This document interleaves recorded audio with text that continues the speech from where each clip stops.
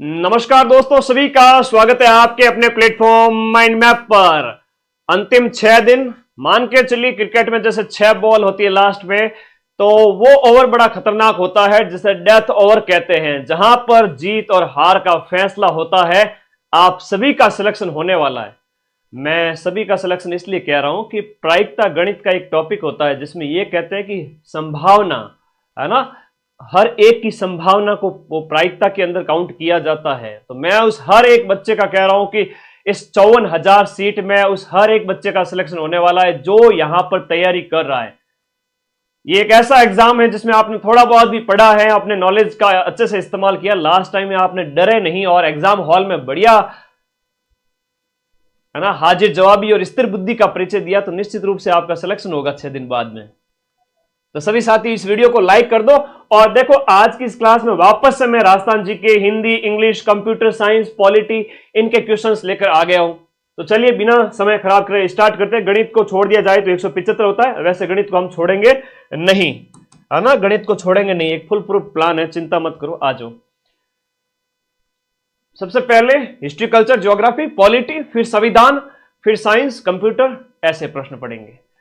पहला प्रश्न है कि बैराट प्राचीन काल में राजधानी थी। बैराट की बात करें तो ये मत्स्य जनपद की राजधानी थी। आज की इस क्लास से कई सारे प्रश्न सीधे सीधे आपके पेपर में छप जाएंगे, ध्यान रखिएगा। आपने कुछ भी नहीं पढ़ा है तो 6 दिन बस मेरे साथ जुड़ जाइए। मैं ऐसी ऐसी क्लासेस लगाने वाला हूं और ऐसी ऐसी पीडीएफ टेलीग्राम में देने वाला हूं, सिर्फ वो पढ़कर 6 दिन में भी बहुत बढ़िया स्कोर कर सकते हैं। और मैं कहूं कि सिलेक्शन ले सकते हैं, अतिशयोक्ति नहीं होगी, लिया जा सकता है सिलेक्शन। बैराट हम बात करें, सबसे पहले 1837 के अंदर कैप्टन बर्ट के द्वारा इनकी खोज की गई, कैप्टन बर्ट के द्वारा खोज की गई। फिर हम बात करें दयाराम साहनी के द्वारा, यहां पर दयाराम साहनी इससे संबंधित है। नीलरत्न बनर्जी, केडी दीक्षित, वो आप लोगों को याद रखना है। तो सब कुछ पढ़ चुके हैं डिटेल में, यहां सिर्फ एक 2-2.5 घंटे का फास्ट रिवीजन है। किस पुरातत्व स्थल पर घरों में अंडाकार कुएं मिले हैं? अंडाकार कुएं मिलना, या हम बात करें जो आयताकार अग्निवेदिकाएं मिलना, ये आपको यहां पर याद रखना है, कालीबंगा के अंदर है। आयताकार यज्ञ कुंड, ये यहां पर सब इसी की विशेषता है। कालीबंगा जो आपके हनुमानगढ़ के अंदर स्थित है, कहां पर है? हनुमानगढ़ के अंदर स्थित है। घग्गर नदी प्राचीन सरस्वती नदी के किनारे, है ना, ये सभ्यता विकसित हुई थी। कालीबंगा उत्तरी राजस्थान के हनुमानगढ़ जिले में घग्गर नदी के किनारे है। ये ऋग्वेद के अंदर जिस नदी का नाम मिलता है वो सरस्वती नदी है, वर्तमान में लुप्त हो चुकी है, उसके किनारे ये सभ्यता विकसित हुई। गणेश्वर सभ्यता के अवशेष चिन्ह कहां पर है? नीम का थाना हम बात करें, सीकर जिले के अंदर आपके ताम्र सभ्यताओं की जननी जिसे कहते हैं, ताम्र, ये प्रश्न आएगा, ताम्र सभ्यता की जननी किसे कहते हैं?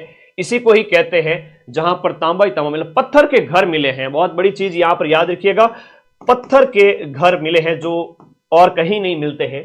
राजस्थान में सभ्यता के किस स्थान पर सबसे पहली बार जुते हुए खेत के प्रमाण? ये प्रश्न बार बार आता है, आपकी 6 पारियों में से 100% आएगा।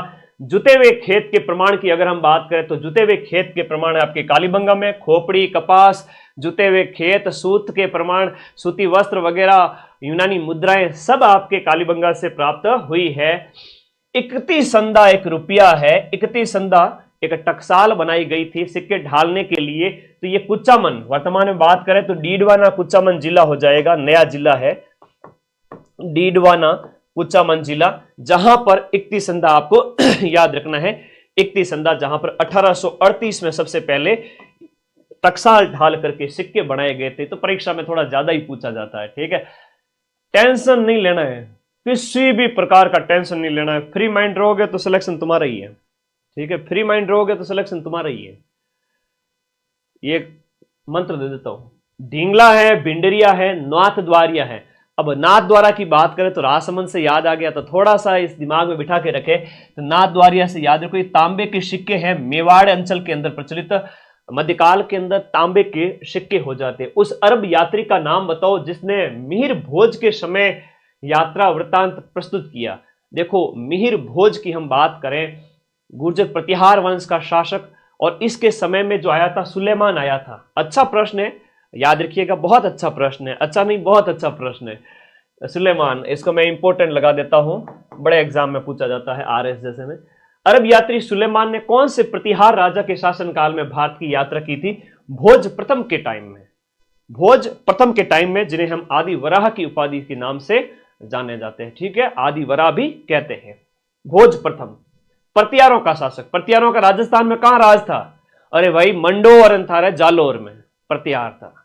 अगला, राजस्थान के प्राचीन शहर शाकंभरी, अब जो कि शांबर है जयपुर, को 7वीं शताब्दी में किसके द्वारा, किस चौहान राजा के द्वारा बसाया गया था? यहां पर हम बात करें शांबर शाकंभरी की बात करें तो वासुदेव चौहान के द्वारा। हालांकि ये 6ठी शताब्दी आप कह सकते हैं, 6ठी शताब्दी ईस्वी।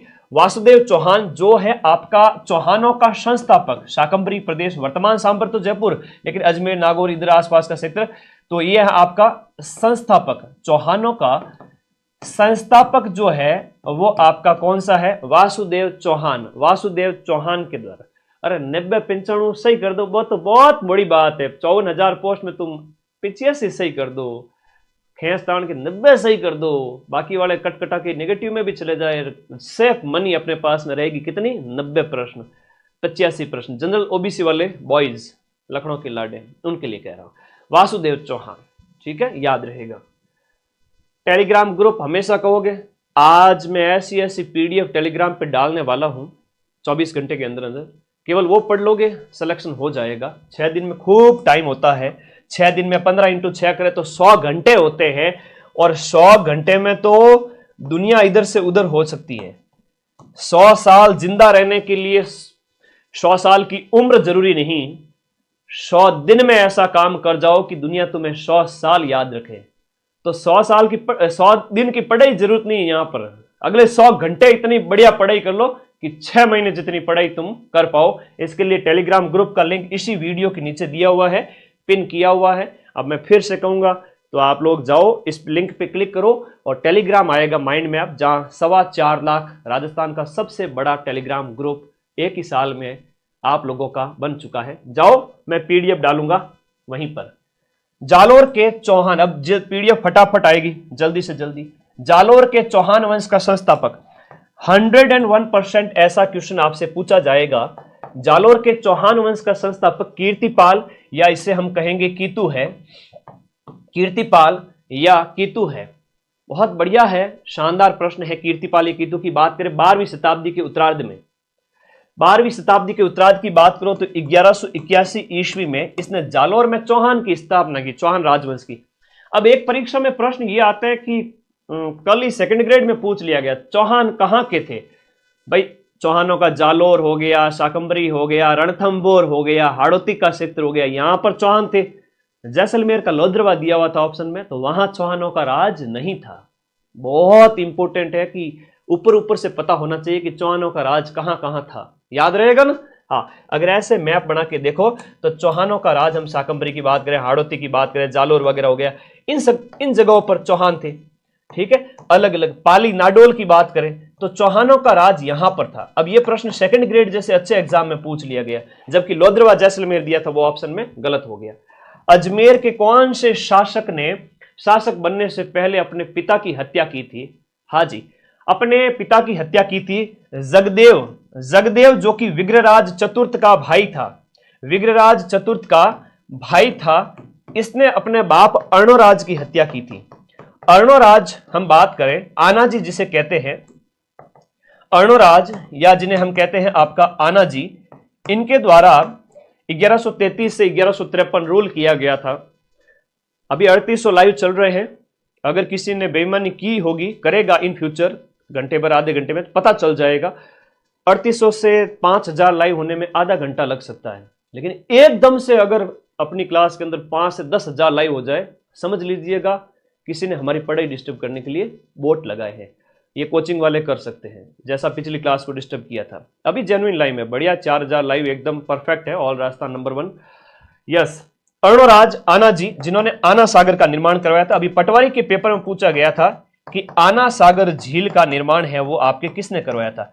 तुर्कों को मार काट के भगाया था यहां से, तो तुर्कों के खून से इस अजमेर की जो जमीन है शाकंभरी वाली, उसको साफ करने धोने के लिए आना जी के द्वारा आना सागर झील का निर्माण 1133 ईस्वी में करवाया गया। इनकी हत्या जगदेव ने की। जगदेव को हरा करके विग्रहराज चतुर्थ राजा बन गया, जो कि बिसलदेव था। अगला देखिएगा, अलाउद्दीन खिलजी ने कौन से किले को जीत करके उसका नाम खैराबाद रखा? अरे 1308 ईस्वी में जो है सिवाना का किला जीता था और इसका नाम खैराबाद रख दिया। खिजराबाद की हम बात करें तो वो तो चित्तौड़ का किला है, चित्तौड़ का किला है, वो है आपका खिजराबाद। तो खैराबाद है वो सिवाना, सिवाना पड़ता है आपके बालोतरा जिले के अंदर, वर्तमान बालोतरा जिला। चौहानों की रणथंबोर शाखा, अब देखो दिमाग खुला रखो, रणथंबोर शाखा है, हाड़ा चौहान वगैरह हो गए, सब चौहानों की शाखा है, नाडोल है, जालोर है, इसके अलावा चौहान शाकंभरी हो गए। ये पूछा था सेकंड ग्रेड में, इसलिए बता रहा हूं कि वापस से आएगा। रणथंबोर शाखा का प्रवर्तक है वो गोविंदराज है। पृथ्वीराज चौहान की पराजय के बाद में हम बात करें, तराइन के सेकंड युद्ध में हार के बाद में हम गौरी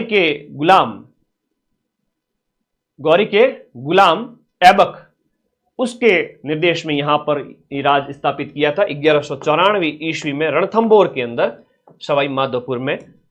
अजमेर नगर का संस्थापक 1113 ईस्वी में अजय राज है। 1113 ईस्वी के अंदर याद रखिएगा 120 प्रश्नों में से 80 प्रश्न तो ऐसे आएंगे कि लगभग एक 70-75 हजार बच्चे कर लेंगे। ज्यादा की हिम्मत नहीं है, ज्यादा बच्चों की हिम्मत नहीं होगी। 75 हजार बच्चे हैं जो लगभग 70-75, 60, 65, 70 के लगभग कर देंगे। उसके बाद 50 हजार में जंग छिड़ेगी, लड़ाई सिलेक्शन की। तो बाकी के 20 सही करने वाला का 70 प्लस 20। हालांकि ये ओबीसी जनरल में ज्यादा फाइट चलेगी, लेकिन अदर कैटेगरीज के जो बच्चे हैं वो अपने 70-75 पे सिलेक्शन ले लेंगे। चलो, अजय राज अजमेर। चौहान शासकों की प्रारंभिक राजधानी कौन सी थी? अहिछत्रपुर नागौर, जो वर्तमान में नागौर का प्राचीन नाम हम बात करें तो अहिछत्रपुर है। ये चौहानों की शुरुआती राजधानी थी। तो 16वें का आंसर क्या हो गया? अहिछत्रपुर नागौर हो गया। दो चले गए, आगे देखो। निम्न में से कौन सा विद्वान कुंभा के दरबार में नहीं था? अच्छा, कुंभा की एक उपाधि एग्जाम में पूछी जाती है, मैं वही पढ़ूंगा जो सीधा सीधा 19 तारीख को पेपर में आएगा। जो प्रश्न आते हैं मैं वही बोलूंगा। कुंभा की एक उपाधि आती है, के से कुंभा, एस से हिंदू सुल्तान, एस के शाहरुख खान है बोलते हैं। चलो छोड़ो, उसको याद नहीं करेंगे। एस फॉर हिंदू सुल्तान, हिंदू सुल्तान, ये कुंभा को कहा है मुस्लिम शासकों ने। के से कुंभा, एस फॉर हिंदू सुल्तान, इनकी उपाधि है, कई बार परीक्षा में पूछा गया है। तो नाता था कुंभा की बात हो रही है, जो स्थापत्य कला का जनक कह सकते हैं। इतनी सारे 84 में से हम बात करें 32 दुर्गों का निर्माता, इनमें मुनि जिन विजय सूरी, एक जैन साधु थे जो इनके दरबार में नहीं थे। मुनि सुंदर सूरी, सुंदर टिल्लो, नाथो, ये सब थे, याद रखिएगा। लेकिन मुनि जिन विजय सूरी नहीं था। 17 का आंसर बी हो गया। बी हो गया, बहुत बढ़िया। कौन से शासक को अभिनव भट्टाचार्य कहते हैं? संगीत में रुचि के कारण, म्यूजिक, संगीत में रुचि के कारण कहा जाता है कुंभा जी को अभिनव भट्टाचार्य। और सांगा जी की एक उपाधि मिलती है, S for Sanga, P for Hindu पथ। तो सांगा कौन है? एसपी साहब है, सुपरिटेंडेंट ऑफ पुलिस। तो याद करो, हिंदू पथ उपाधि है। क्या है? हिंदू पथ। तो परीक्षा में कई बार पूछा गया, हिंदू पथ उपाधि किसकी है रे, किसकी है? हिंदू पथ उपाधि किसकी है? मेरा तो फोन ही पीछे रह गया। कितने 4700 live. It's a genuine live. अब तो लास्ट दिनों में अच्छे लाइव चलेंगे, जेन्युइन लाइव भी 10,000 तक आ जाएंगे। लेकिन 10-15 दिन पहले जो मेरे साथ गेम हुआ था, 7 दिन पहले, उसके लिए थोड़ा सा मुझे डर के रहना पड़ता है। कई बार मैं सोचता हूं बच्चों का नुकसान ना हो जाए। तो यहां से सीधे सीधे प्रश्न पेपर में देखने को मिलेंगे। संगीत में रुचि के कारण सांगा कुंभा को कहते हैं, याद रखना, ठीक है। अभिनव भट्टाचार्य, अच्छा, अभिनव भट्टाचार्य के साथ साथ इन्हें और भी कहते हैं हाल गुरु, दान गुरु, जितने भी गुरु है ना, दान गुरु, हाल गुरु, छाप गुरु, हाल गुरु, छाप गुरु, राणो, रासो, कई सारी उपाधियां सारी आपकी कुंभा की है। गिंगोली जो पर्वत सर का युद्ध है, गिंगोड़ी जो परबतसर का युद्ध है 1807 ईस्वी में किसके बीच में लड़ा गया था? अपने जोधपुर और जयपुर। और यह युद्ध इसलिए लड़ा गया था आपके कृष्णा कुमारी जयपुर और जोधपुर के बीच में, जयपुर और जोधपुर के बीच में कृष्णा कुमारी विवाद को लेकर। पूरी डिटेल व्याख्या वगैरह यहां जीके की नहीं करेंगे, हमने वो 12 घंटे की जो पीडीएफ पढ़ी थी ना उसमें सब में आया हुआ है, मैं डाल दूंगा आज वापस से। कृष्णा कुमारी विवाद के चलते है ना, उस घराने में शादी हो गई लेकिन वहां पर डेथ हो गई तो जयपुर के साथ संबंध बना दिया, तो फिर बोले हमारे यहाँ पर लड़की दी हुई तुम वापस कैसे ले जा सकते हो, तो लड़ाइयां हो जाती थी पहले। तो एक बार ऐसा हुआ, उदय सिंह और वो जो अजमेर का कोई था एक सूबेदार, तो छुड़वाया था अपनी पासवान को, तो उसकी औरत के लिए भी लड़ाई हो गई थी। हल्दी घाटी के युद्ध को किस विद्वान ने खमनौर का युद्ध कहा था? ऐसा होता था है ना, कोई बड़ी बात नहीं। खमनौर का युद्ध है वो अबुल फजल ने कहा। टी से टॉड है, टी से थर्मोपल्ली का युद्ध है। टी से इंग्लिश में लिखो तो थर्मोपल्ली कहते हैं। थर्मोपल्ली वैसे यूरोप में एक लड़ाई का मैदान है। बस बदायूनी। द से गोगुंदा, गोगुंदा का युद्ध, गोगुंदा का युद्ध किसने कहा है? द से। यह प्रत्यक्षदर्शी था, कहते हैं कि इसने अपनी दाढ़ी रंगी थी, ऐसा भी उल्लेख मिलता है। और इसे हाथियों का युद्ध भी कहते हैं, याद रखना। हल्दी घाटी युद्ध, हल्दी घाटी युद्ध में प्रश्न थोड़ा अच्छे अच्छे पूछे जा रहे हैं, याद करिए। महाराणा प्रताप ने कौन से साल में मेवाड़ राज्य की राजगद्दी संभाली थी? एक प्रश्न यह आता है कि महाराणा प्रताप जी ने कितने वर्षों तक शासन किया था? 1572 से लेकर के 1500 जनवरी 1597 तक। तो यह भी आपको याद रखना है, ठीक है। 82, 92 और फिर 97, लगभग 24-25 साल तक। तो पहला आंसर सही हो गया। तो महाराणा प्रताप ने यहां पर, अब कई बार पूछ लिया जाता है इनकी बचपन का नाम है वो कीका कहते हैं, ऐसे कई सारी उपाधियां हैं, हिंदुआ सूरज इनको कहते हैं। अच्छे प्रश्न आते हैं, हल्दी घाटी युद्ध वगैरह याद रखो। किस राजा को अभिनव भट्टाचार्य हिंदू सुल्तान, हिंदू सुल्तान सुल्तान के से कुंभा, छाप गुरु, राय रायन, दान गुरु, हाल गुरु, सब कुंभा जी की उपाधियां है। सांगा जी तो 16वीं शताब्दी के स्टार्टिंग में अपने बाबर के साथ में लड़े थे सांगा जी, तो वो आपको याद रखना है। खनवा का युद्ध याद रहेगा। राजस्थान के कौन से राजा को विद्वानों ने हिंदू पत कहा है? पी से पत, पी से पत, एस से सांगा, सांगा। मेवाड़ के महाराणा गुहिल वंशी शासक राणा सांगा। किस राजपूत राजा को अकबर ने अमीर उल उमरा की उपाधि दी? तो देखो, भारमल और भगवंत दास दोनों को ही दी थी। तो यहां पर दिए गए में भगवंत दास है, जबकि इसका पिता है वो भारमल, वो यहां नहीं दिया हुआ है। तो पिता भारमल को भी ये उपाधि दी थी। तो भारमल राजस्थान का वो पहला शासक था जिसने वैवाहिक संबंध स्थापित किया था। तो मुगलों के साथ पहला वैवाहिक संबंध आमेर के कछवाओं ने स्थापित किया था। पहली बार शादी करी कि ठीक है हम आपकी सेवा में रहेंगे, वैवाहिक संबंध स्थापित कर लेते, ठीक है। तो आज देखते हो जयपुर में बहुत अच्छी अच्छी चीजें बनी हुई है। पहले के हमले मेवाड़ में ज्यादा होते थे, यहां कम होते थे। तो एक पूछा जाता है फरजंद की उपाधि किसको मिली है? फरजंद का मतलब होता है बेटा, और ये फरजंद की उपाधि है ना, ये फरजंद की उपाधि है वो मान सिंह को मिली थी। मान सिंह को फरजंद की उपाधि किसने दी थी?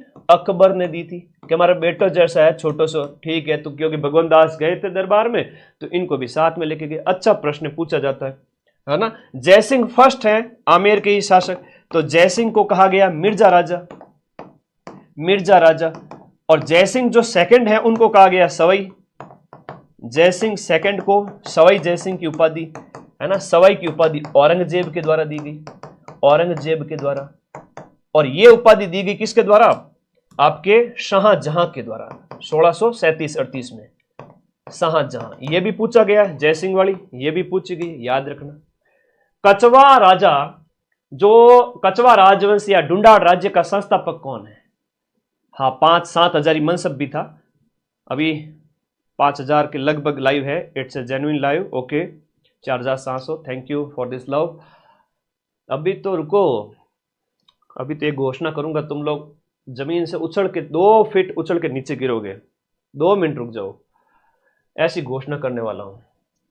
कछवा राजवंश का संस्थापक, देखो कछवाओं की राजधानियां डीजे आज से याद करो, कछाओं की 4 राजधानी रही थी आपके। सबसे पहले दौसा राजधानी रहा था, दौसा, फिर जमवा रामगढ़,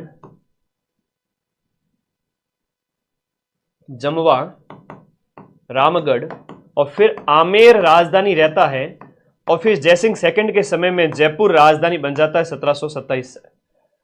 तो कछवा राजवंश का जो संस्थापक है वो दुल्ले राय, तेजकरण, ढोला, तेजकरण, ये सारी की सारी उपाधियां इन्हीं की है। और 1138 के लमसम में यहां पर मीणाओं का राज था, तो इन्होंने अपना राज स्थापित किया था 1138।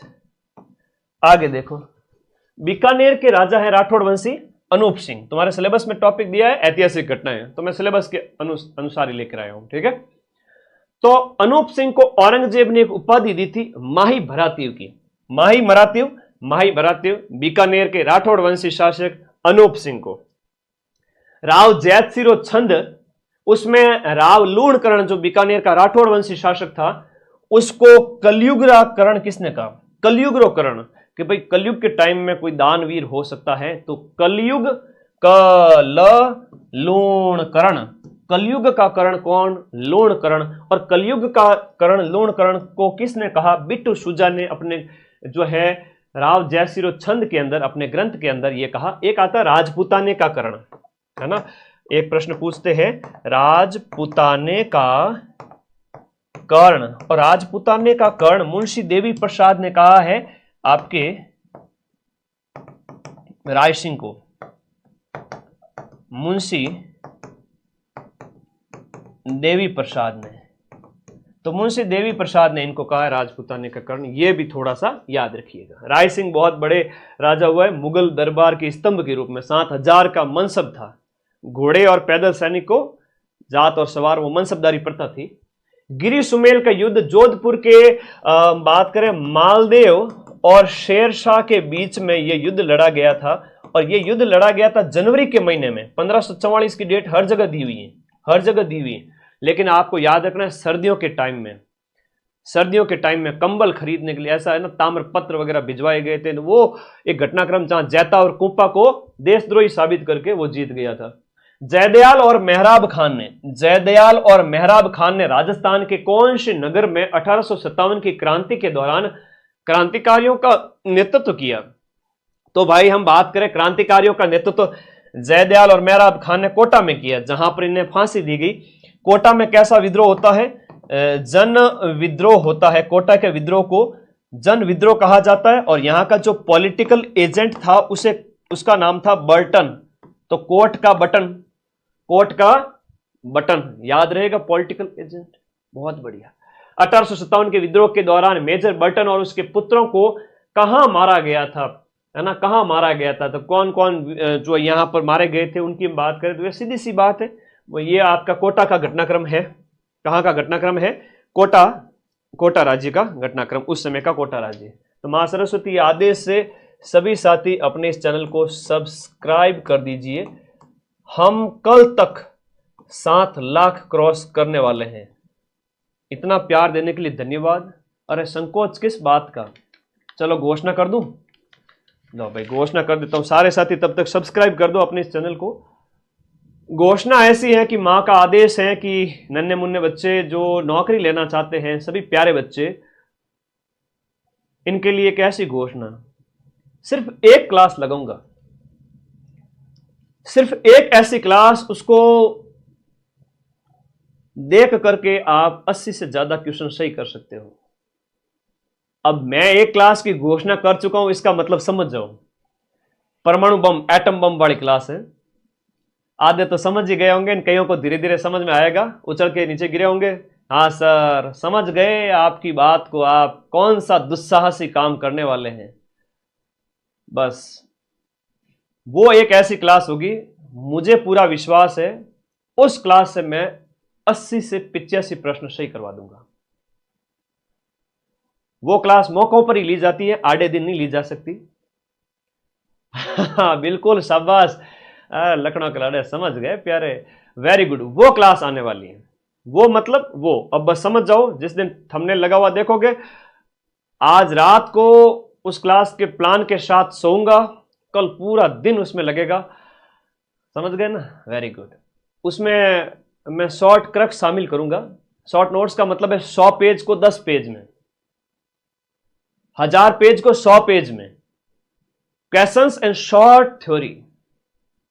मजाल क्या क्वेश्चन बाहर चला जाए, कह दीजिए एग्जाम से कि मिट जाऊं तेरी धमक से, मैं वो साज नहीं, और छोड़ दूं डर के मैदान, मैं वो बाज नहीं।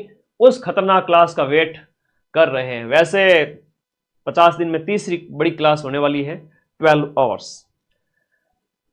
थैंक यू, आप लोग इतना प्यार करते हो मुझे, इसलिए ला रहा हूं, बाकी स्वास्थ्य को नुकसान होता है उसमें भयंकर वाला। तो सब्सक्राइब कर दो। आज जितने साथी जुड़े हुए अपने इस चैनल को, मैं देखना चाहता हूं कि कल तक अपना चैनल 7 लाख हो रहा है। खुशी होती है कि इतने सारे बच्चों को पढ़ाते हैं। Thank you for this love. किस छावनी के सैनिक दस्तों ने 31 अगस्त 1857 को, चलो दिल्ली मारो फिरंगी, अगस्त के महीने में आपके एरिनपुरा छावनी ने 21 अगस्त को, है ना, 21 अगस्त यहां पर जो विद्रोह हुआ था, 21 अगस्त 1857 को एरिनपुरा छावनी पाली, इसने यह नारा दिया था।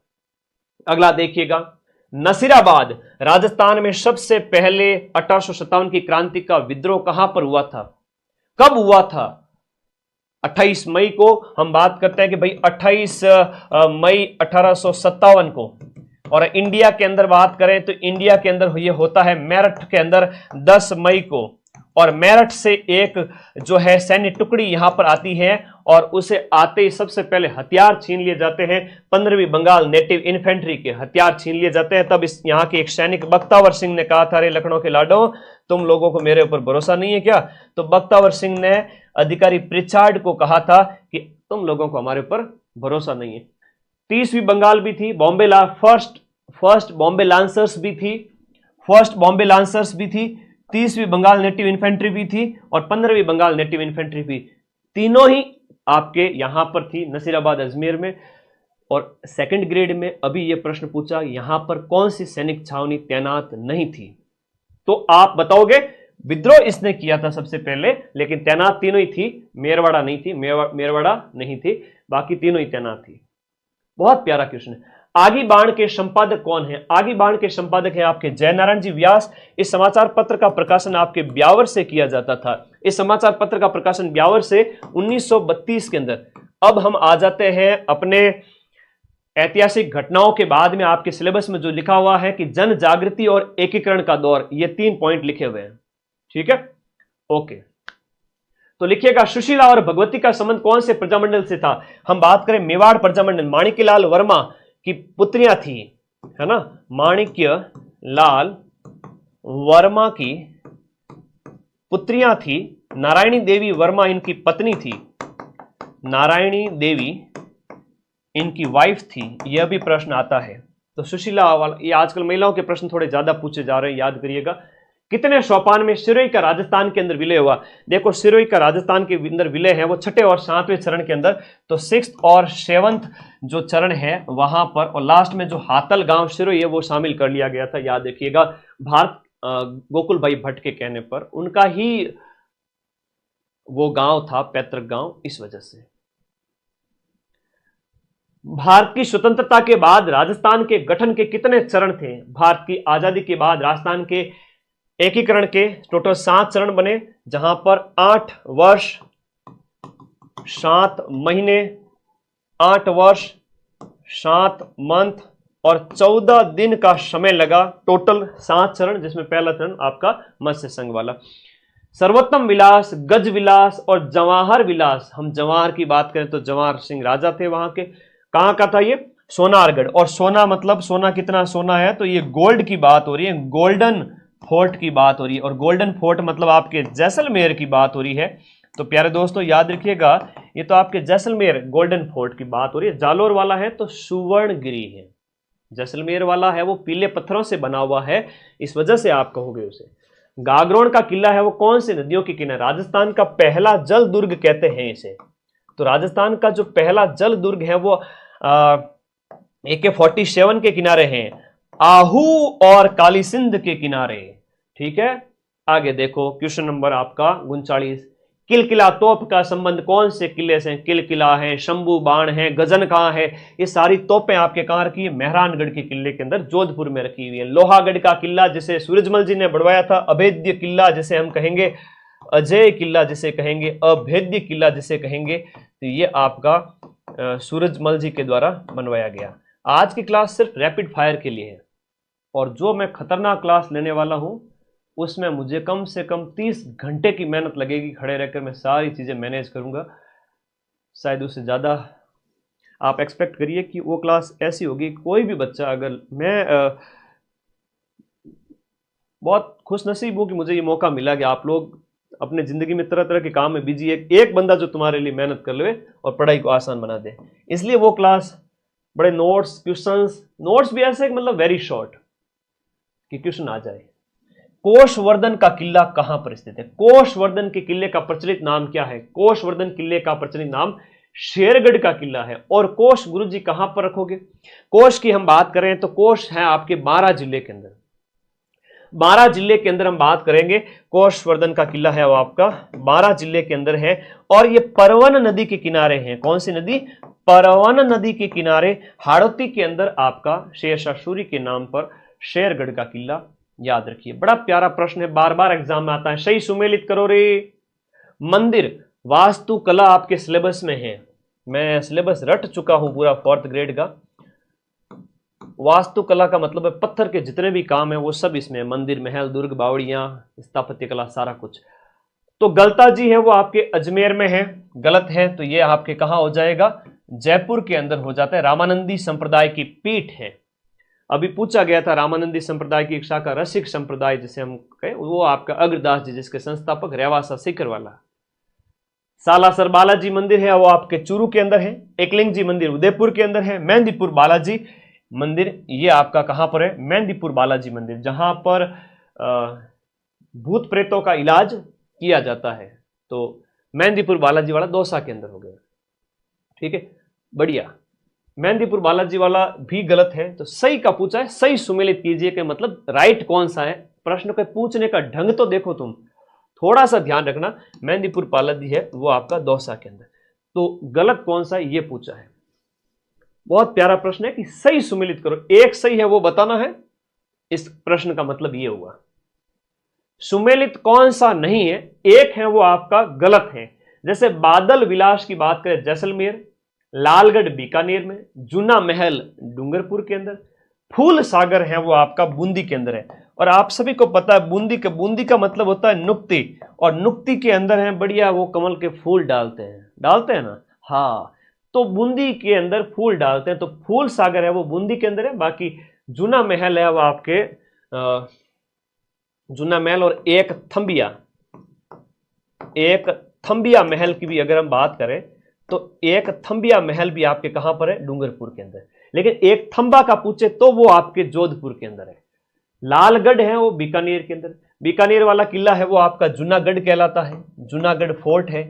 तो वहां लालगढ़ पैलेस का नाम है, महल का नाम है। बादल महल खूब है, नागौर में भी है, जैसलमेर में भी है। पटवा की हवेली आपके कौन से जिले में स्थित है? जैसलमेर में है, जहां 1805 ईस्वी में गुमान चंद पटवा के द्वारा इसका निर्माण करवाया गया था, गुमान चंद पटवा द्वारा। अगला प्रश्न, पटवा की हवेली, सालिम सिंह की हवेली। हाँ, ध्यान रखना, अब पीडीएफ टेलीग्राम ग्रुप में भेजना वाला लूट लेना, छूकना मत। 6 दिन में भी सिलेक्शन पॉसिबल है। मैं तो 1 दिन हुआ तो भी कह सकता हूं, क्योंकि पीछे पड़ा हुआ होगा। कई बच्चे ऐसे होंगे जो बहुत लंबे समय से पढ़ रहे हैं, तो उनका भी सिलेक्शन होगा।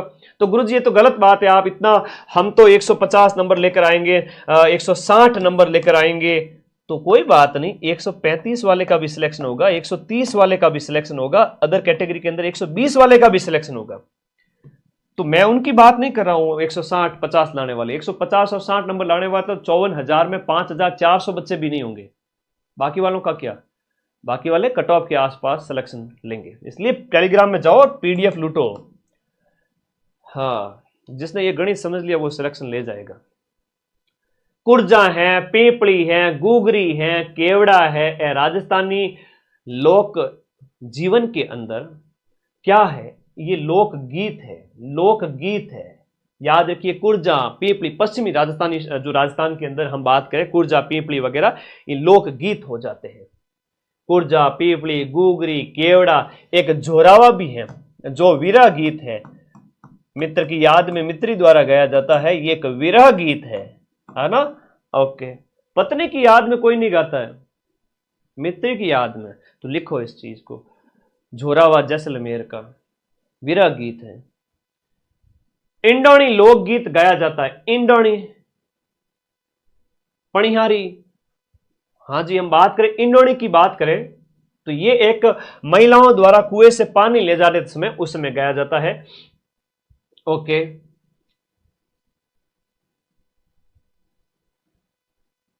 आगे बात करें, ये प्रश्न है ना जो विवाह समारोह का, विवाह में जैसे बारात का डेरा देखने जाते समय आपका जला गीत गाया जाता है, जैसे जला वाला ज्यादा पूछा जाता है। अगला कि सुमेलित कौन सा नहीं है, एक है वो आपका गलत सुमेलित है, एक है वो गलत है।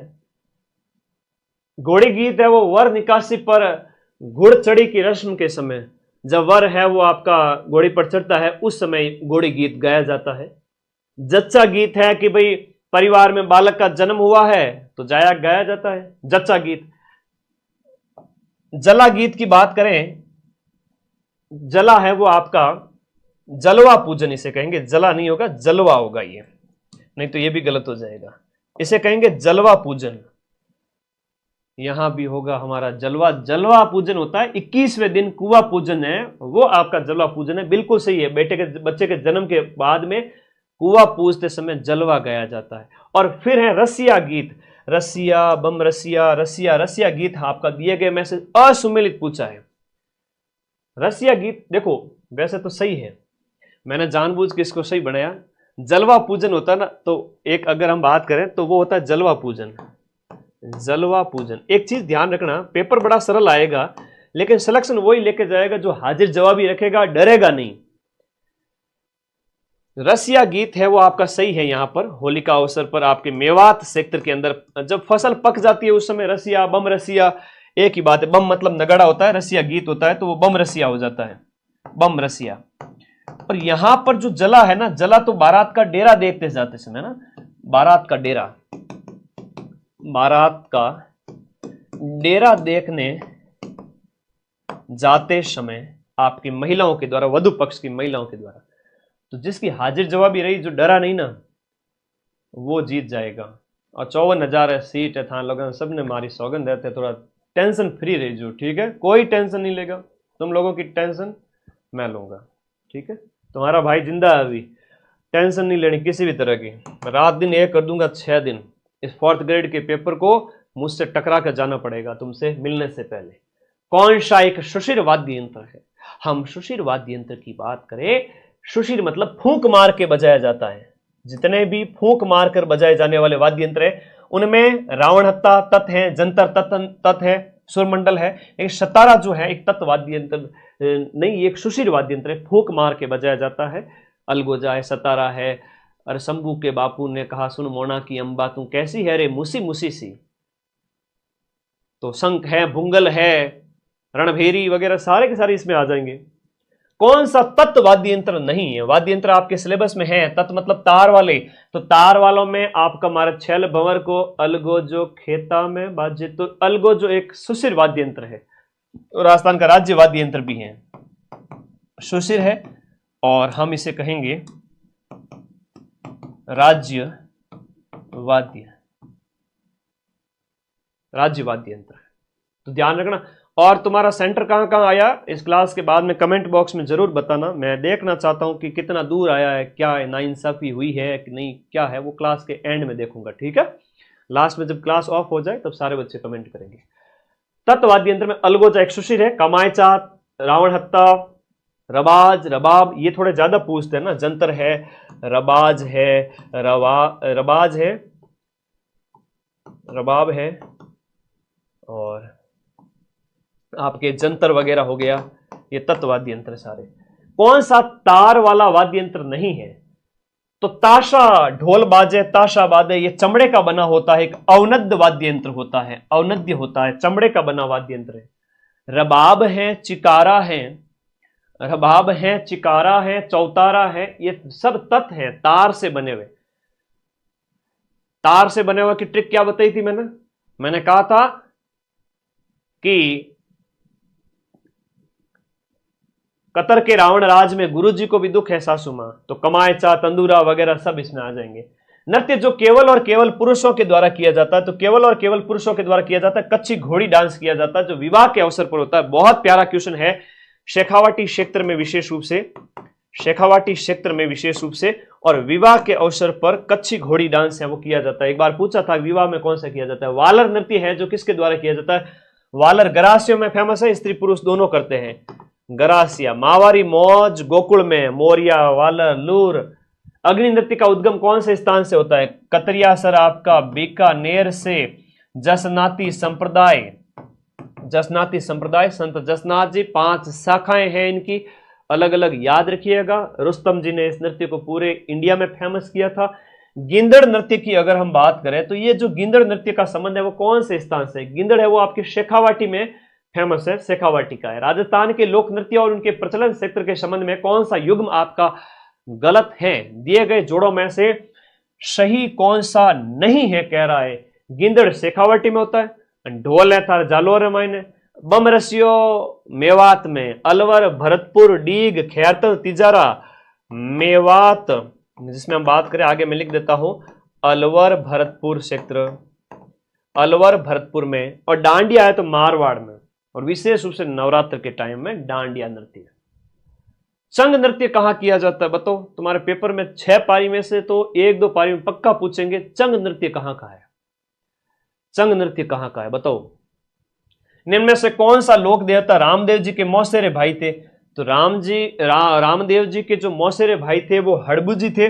और अभी सेकंड ग्रेड में पूछ लिया था हड़बुजी की जाति क्या थी, तो हड़बुजी सांकला थे जो आपके बैंगटी फलोदी, ठीक है। चंग नृत्य, चंग तो मेरे होली के अवसर पर विशेष रूप से बिल्कुल शेखावाटी में। बहुत प्यारे क्वेश्चन, बहुत प्यारा क्वेश्चन। लोक देवता और उनका तीर्थ स्थान आपसे पूछे जाते हैं। तेजाजी परबतसर नागौर, वैसे तो हम तेजाजी की बात करेंगे परबतसर, और देवनारायण जी हैं तो आसिंद भीलवाड़ा। नए जिलों का प्रश्न नहीं आएगा, ध्यान रखना इस बात का।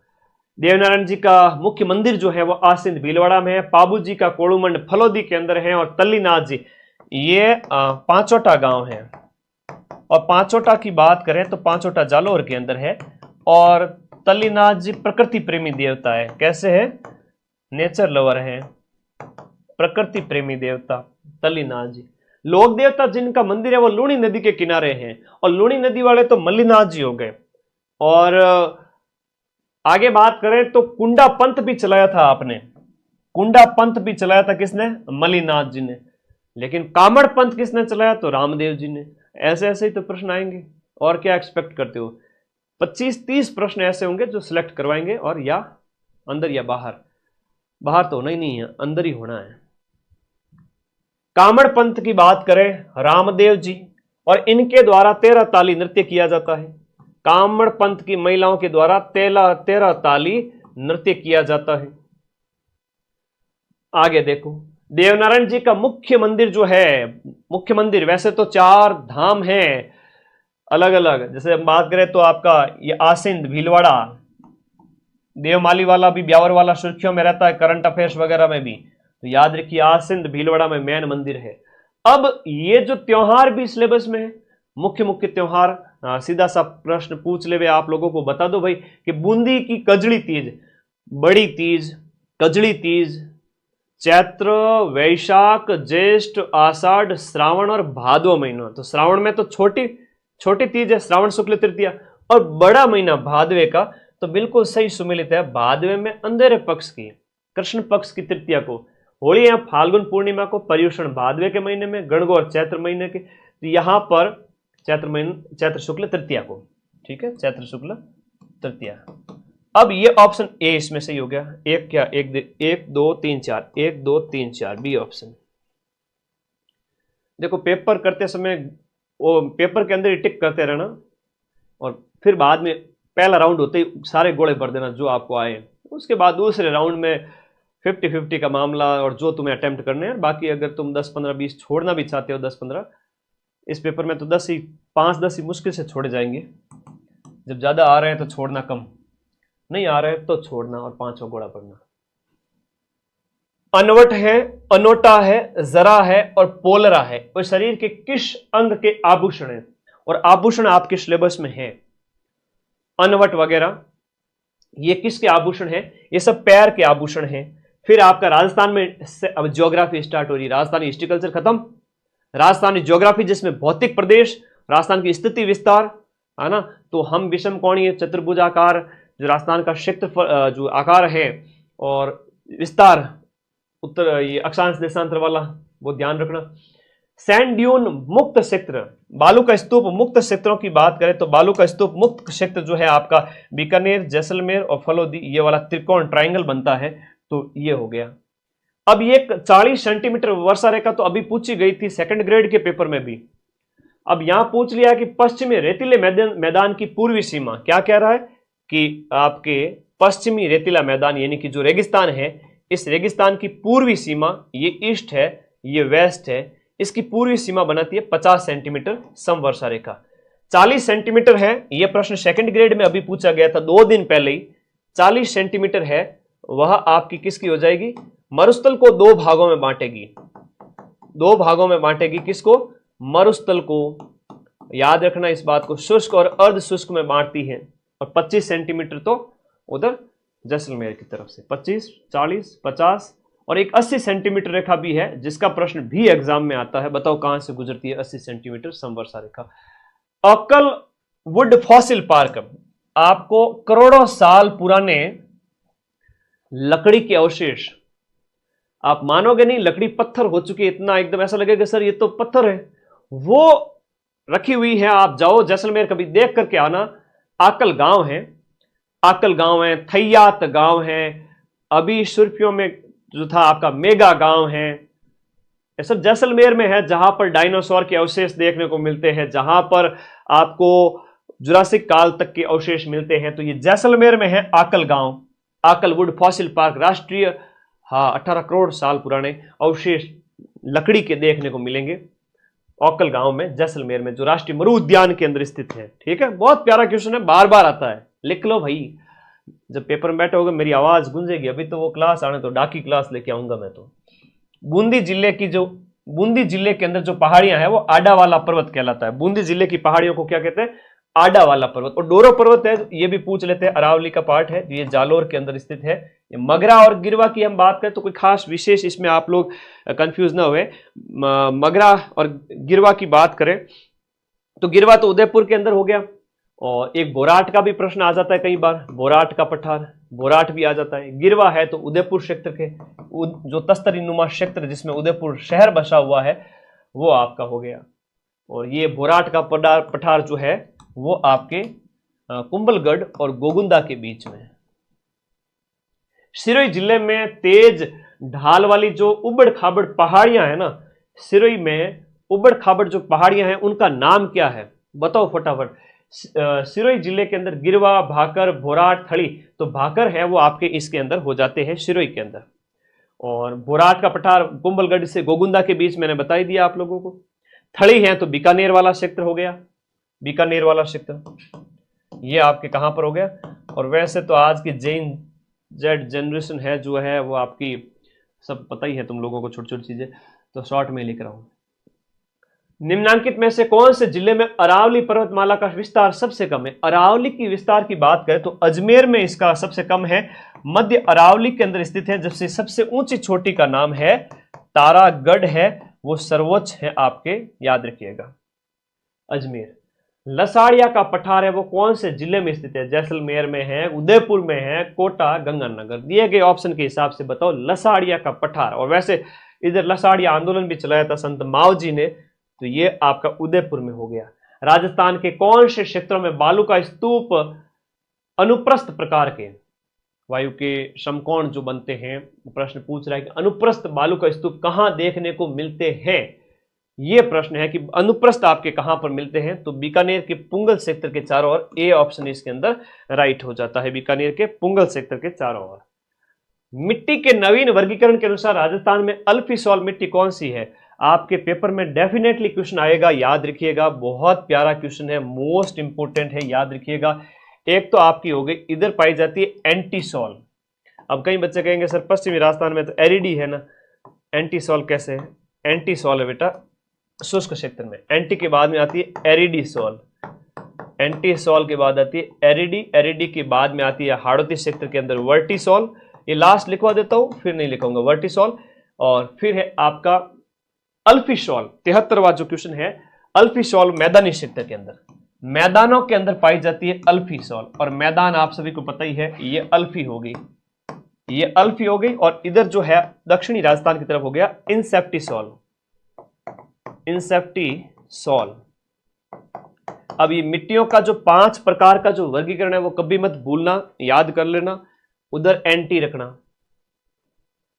राजस्थान के कौन से जिलों में वर्टिसॉल मिट्टी पाई जाती है? तो कोटा बूंदी, जो हाड़ौती का जो क्षेत्र है, हालांकि दोनों ऑप्शन भी इसमें सही है, ए और बी भी कह सकते हो आप, ठीक है, कोटा बूंदी 74 के अंदर।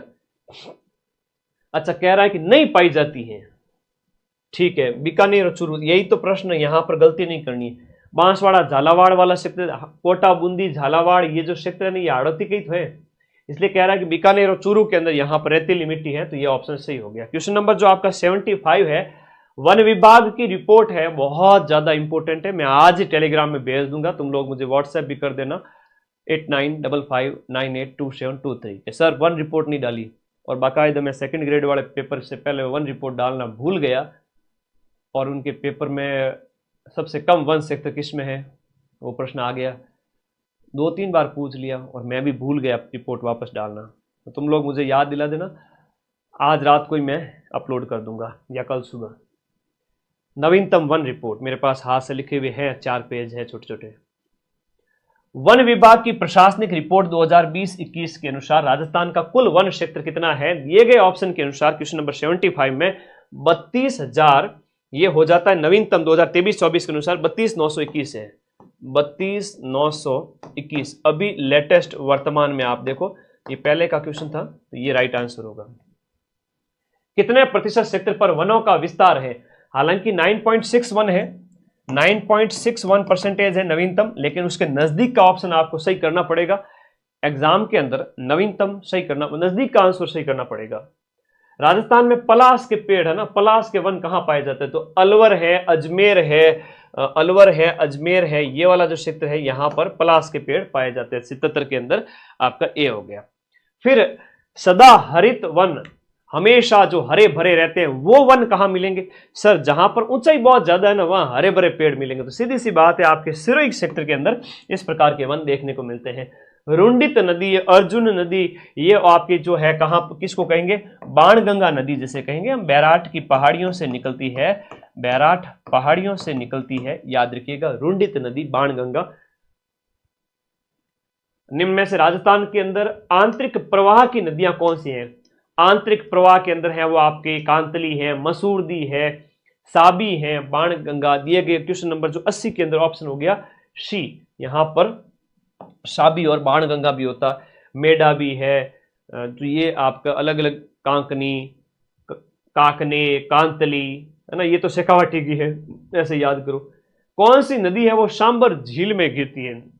तो दिए गए में आपकी मेढा है वो आपके सांबर झील में गिरती है। अगला प्रश्न, सही परियोजना का संबंध है वो किससे है? देखो सही परियोजना का संबंध, इसमें जो जवाई बांध जो पाली वाला है, इसमें पानी की आवक यानी आवाजाही को बढ़ावा देने के लिए 1978 में ये कंप्लीट हुई थी ये प्रोजेक्ट आपका, सही परियोजना आपके जवाई बांध। सबसे कम दशकीय वृद्धि दर वाला जिला कौन सा है? सबसे कम दशकीय वृद्धि दर मतलब 10 साल के अंदर सबसे कम बच्चा पैदा करने वाला जिलों का युग्म कौन सा है? तो दूधो नाओ, पुतो फुलो, गंगा नाओ, याद रखिएगा गंगानगर आना चाहिए, झुंझुनू है, पाली है, इसमें ऑप्शन इस प्रकार। गंगानगर के अंदर तो 10 ही है, बाड़मेर के अंदर 32 है ग्रोथ रेट, तो ये सबसे कम है वो 10% जो आपके ग्रोथ रेट गंगानगर में देखने को मिलती है, याद रखिएगा। गंगानगर में 11.7 इसमें है, फिर इसमें 11.9 हो जाती है।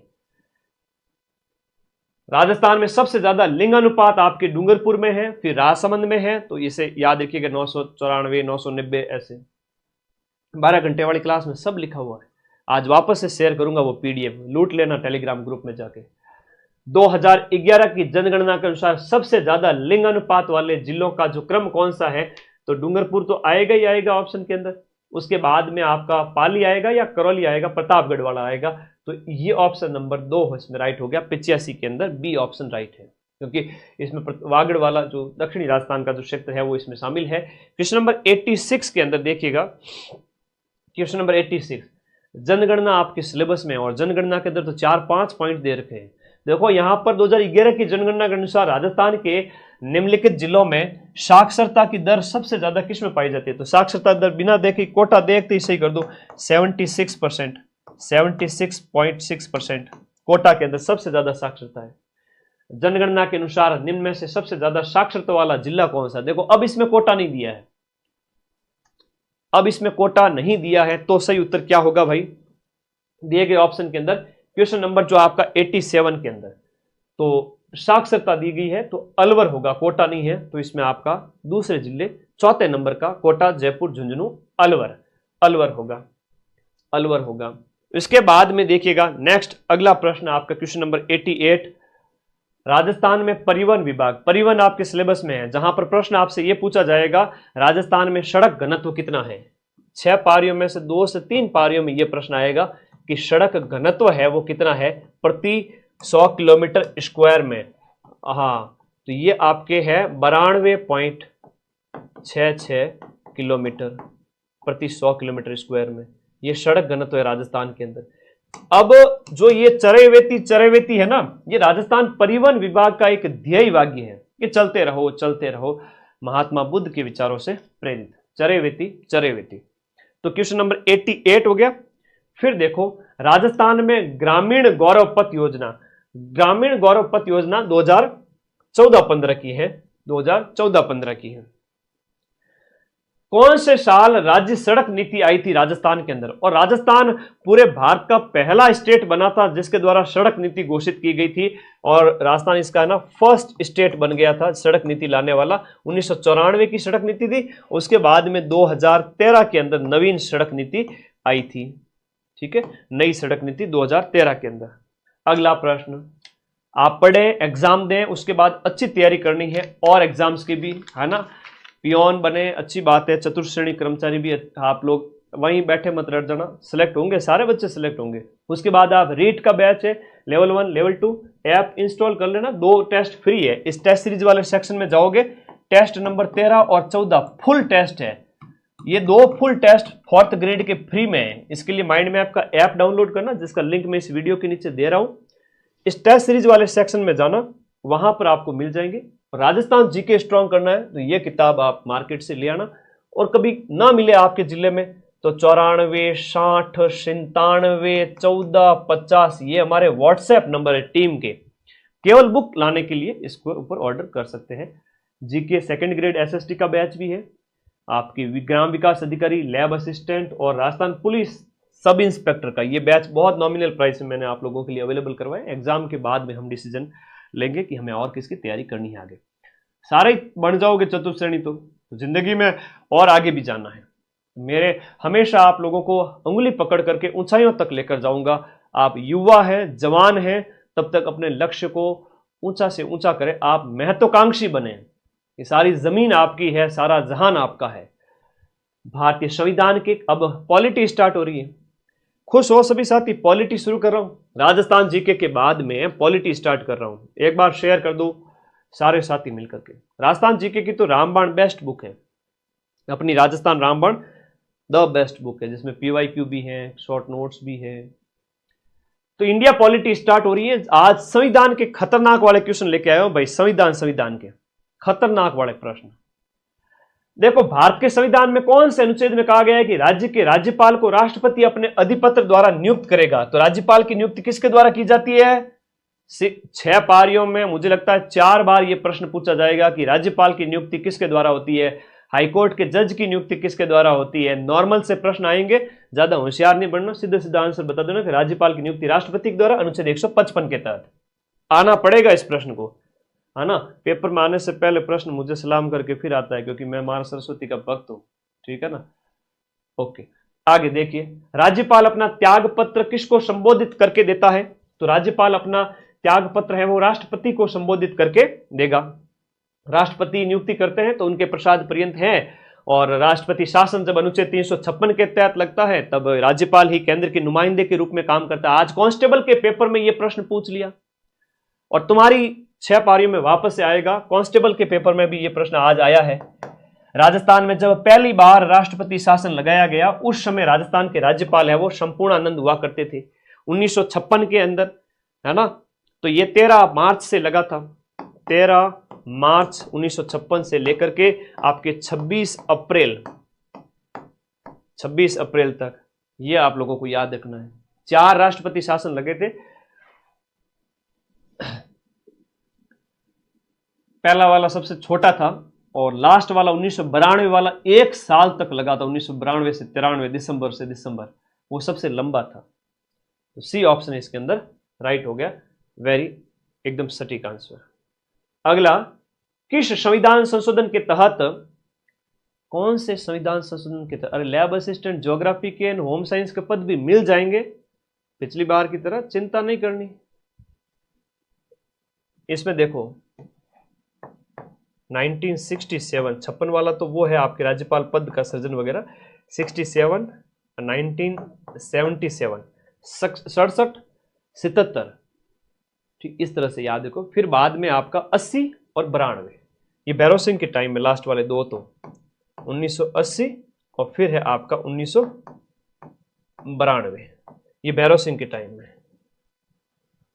और लास्ट वाला सबसे लंबा 10-10 साल के गैप से, ठीक है। अगला देखो, किस संविधान संशोधन के तहत एक व्यक्ति को 2 या 2 से ज्यादा राज्यों का राज्यपाल बनाया जा सकता है? तो 2 या 2 से ज्यादा राज्यों का राज्यपाल का जो प्रश्न है, ये है आपके 7वें संविधान संशोधन के तहत। इतना इंपॉर्टेंट है कि बार बार पूछा जाता है। 7वां संविधान संशोधन अधिनियम 1956 के तहत विवेक अधीन शक्तियों का प्रयोग करते समय राज्यपाल किसके प्रतिनिधि के रूप में काम करता है? विवेक वाली शक्तियां जो है राज्यपाल की, उसमें वो केंद्र के नुमाइंदे की तरह, जहां पर अनुच्छेद 200, 201 और राष्ट्रपति के पास में जो है कानून, वो जो कानून बनने से पहले रक्षित करके रख सकता है, अपने पास सुरक्षित रख सकता है, तो ये संघ सरकार के प्रतिनिधि के रूप में काम करता है। क्वेश्चन नंबर 96 कह रहा है कि आपके पर मुख्यमंत्री की नियुक्ति भारत के संविधान के कौन से अनुच्छेद के तहत होती है? तो अनुच्छेद 164 के तहत मुख्यमंत्री की नियुक्ति की जाती है। मुख्य सचिव के पद पर नियुक्त होने वाले अधिकारी का निम्न द्वारा चयन किया जाता है। अब यह बहुत प्यारा क्वेश्चन है, सचिवालय आपके सिलेबस में है, तो बताओ यहां पर मुख्य सचिव जो वर्तमान में है 45वें, अब बताओ इन्हें कौन नियुक्त करता है? क्वेश्चन नंबर आपका 97। तो इनकी नियुक्ति है वो किसके द्वारा होगी? मुख्यमंत्री के द्वारा, क्योंकि ये मुख्यमंत्री के ही एक तरह से कह सकते हैं कि सचिवालय वगैरह ये सब सीएम की हेल्प के लिए तो होते हैं। तो आप लोग याद करोगे, यहां पर मुख्यमंत्री के द्वारा इनकी नियुक्ति की जाती है। और 45वें हैं, वर्तमान में है, उनका नाम है सुधांश पंत। 6 पारियों में से बार बार पूछा जाएगा, सुधांश पंत वर्तमान में सीएस है, चीफ सेक्रेटरी ऑफ राजस्थान। भारतीय संविधान का कौन सा अनुच्छेद उपबंध करता है कि प्रत्येक राज्य के लिए एक राज्यपाल होगा? तो राज्यपाल अनुच्छेद 153 हम बात करें कि राज्यों के बारे में जो प्रावधान है वो वहां से स्टार्ट हो जाते हैं। बाकी हम अनुच्छेद 52 से करें तो वो संघ वाले प्रावधान है संविधान के अंदर, वो मैंने बताए थे आपको, एक फोटो दी थी ना, पॉलिटी वाली पीडीएफ पढ़ी नहीं क्या? आगे देखो, अब तुम देखो नॉन स्टॉप कांस्टेंट 5000 लाइव जुड़े हुए हैं, और बोट वाला अगर होता ना तो एक झटके में 15-20 हजार कर देता मात्र 5 मिनट के अंदर, है ना। तो उस दिन किसी ने तो गलत काम किया था। एक जो एक्चुअल लाइव है वो स्थिर रहते हैं, 5 के बाद 6 धीरे धीरे होते हैं। कोई ना कोई छेड़छाड़ करने वाला था जिसने हमारी पढ़ाई को डिस्टर्ब किया कि बड़े बड़े बच्चों को मैं नौकरी ना लगा दूं, इसलिए चलो छोड़ो उनको। राजस्थान के राज्यपाल को कौन हटा सकता है? राज्यपाल को अब केंद्र के नुमाइंदे के